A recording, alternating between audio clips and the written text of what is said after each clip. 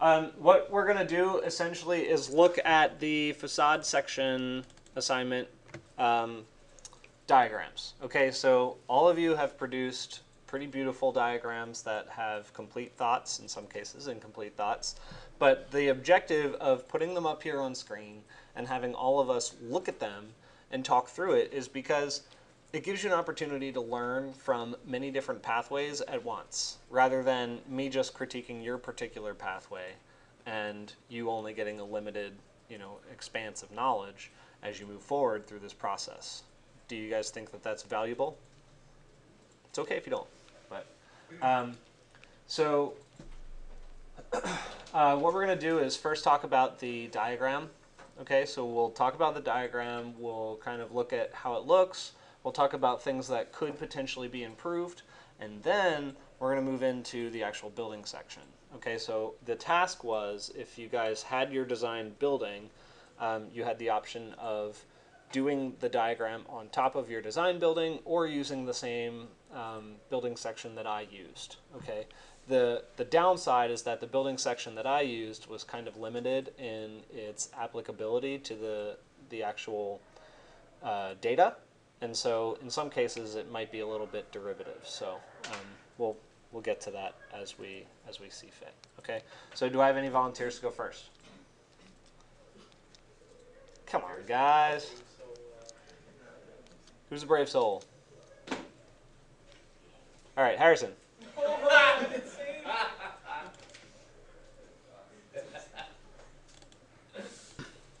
Okay, so I've got it up for you. Just hang out up here.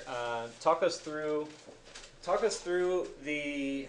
Well, obviously we know the layout, right? I walked you guys all through the same layout, but there are some deviations here. Like your windrows is on the right side instead of the middle, like mine.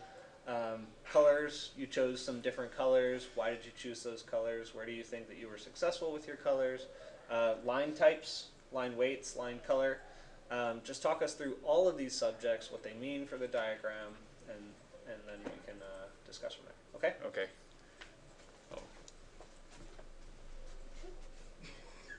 So I didn't use Kevin's method for my wind diagrams. Is because in my design I want to use the Laverne to guide the wind inside my buildings, and through this method I can reduce the wind speed and slower. So that's why I use a thicker line here and a dash line and a thin line here. And I don't think I did well on my colors, and I think it would be better if I use the same color, red, until like, how do you call that? Gradient. Yeah, something like that, yeah. So that's my wind diagrams.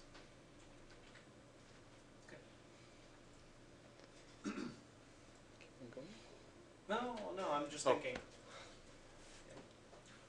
Don't worry so much. Okay. This is casual. We're just talking about it and seeing what's cool, what we can make better. Okay. Yeah. So right off the bat, I am right now I'm just talking about graphics, and then we'll get into the actual analysis and strategies, and then we'll roll into the building part. Okay. So graphics-wise, yes, you're correct. The colors are distracting. It's very difficult to rectify the connection of this data to that when it's under a red bar and you don't use red anywhere else. Make sense? Yeah. So just from a graphic perspective, that probably should have been green because it relates to the green delineation of certain parts of the year in other diagrams. Make sense? Yeah, makes sense. Okay, so up here it probably would have been something similar, like green to black or something like that. And then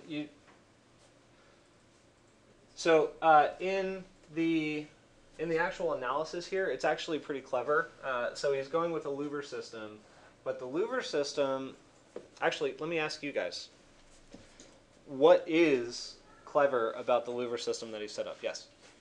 That you can open them, because you can capture the wind from any angle, basically, because you can either open them up fully, so the wind can pass through them, or if the wind is blowing in a certain other direction, you can angle them to capture the, because there's some wind coming from the northwest. Yeah, so you can capture the northwest wind directly in, but the wind that's coming from the southwest, it's going to hit that louver system and then it's going to bounce back into your building. True. Yes, you're correct. You're also assuming that they're operable louvers. Yeah, well, yeah.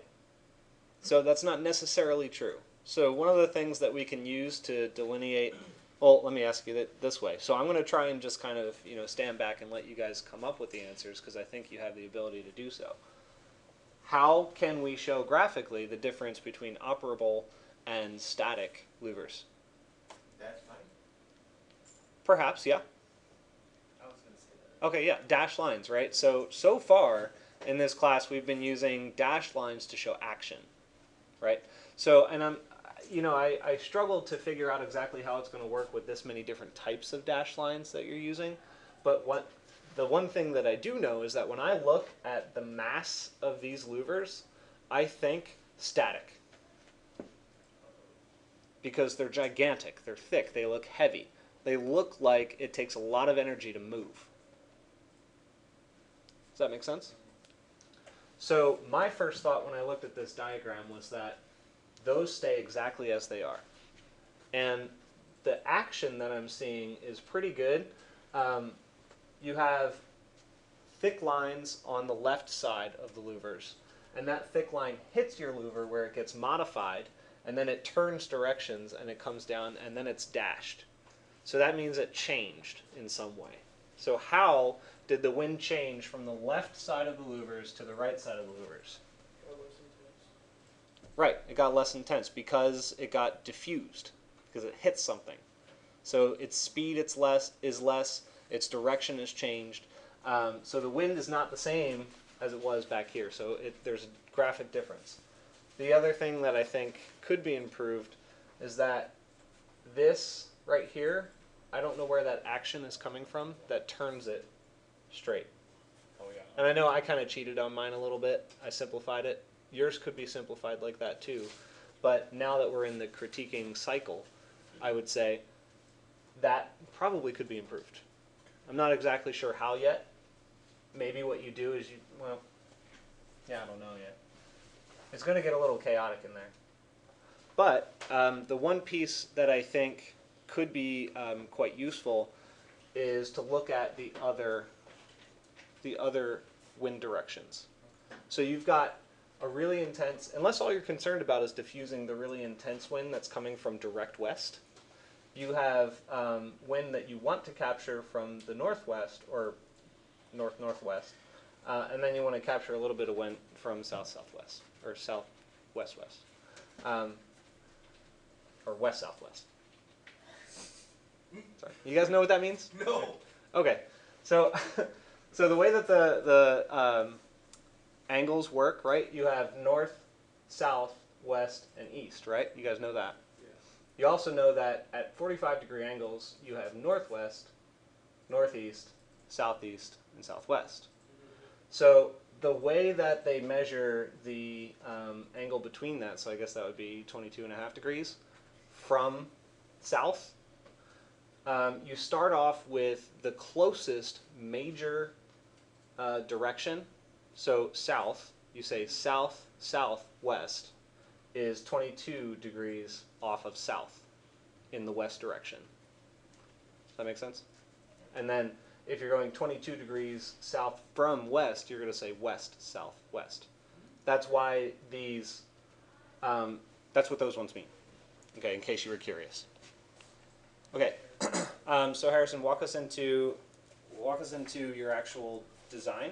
Oh, I didn't use my. Oh, you did? Okay, so you used the generic one. Yeah. Well, all right. So then walk us through the graphics of how you applied it. How do I apply it? Yeah. Why did you choose those colors, the line thicknesses, the dash length?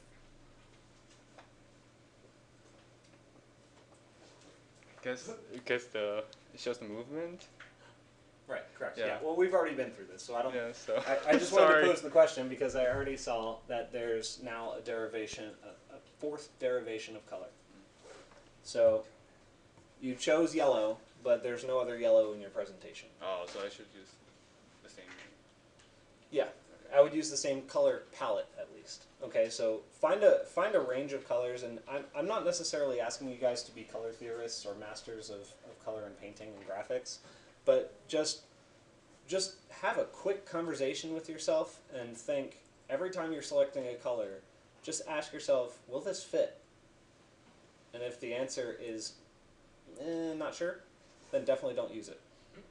If it's maybe, then maybe don't use it. Okay? All right. Thank you. Thank you, Kevin. Thank you very much. Thank you.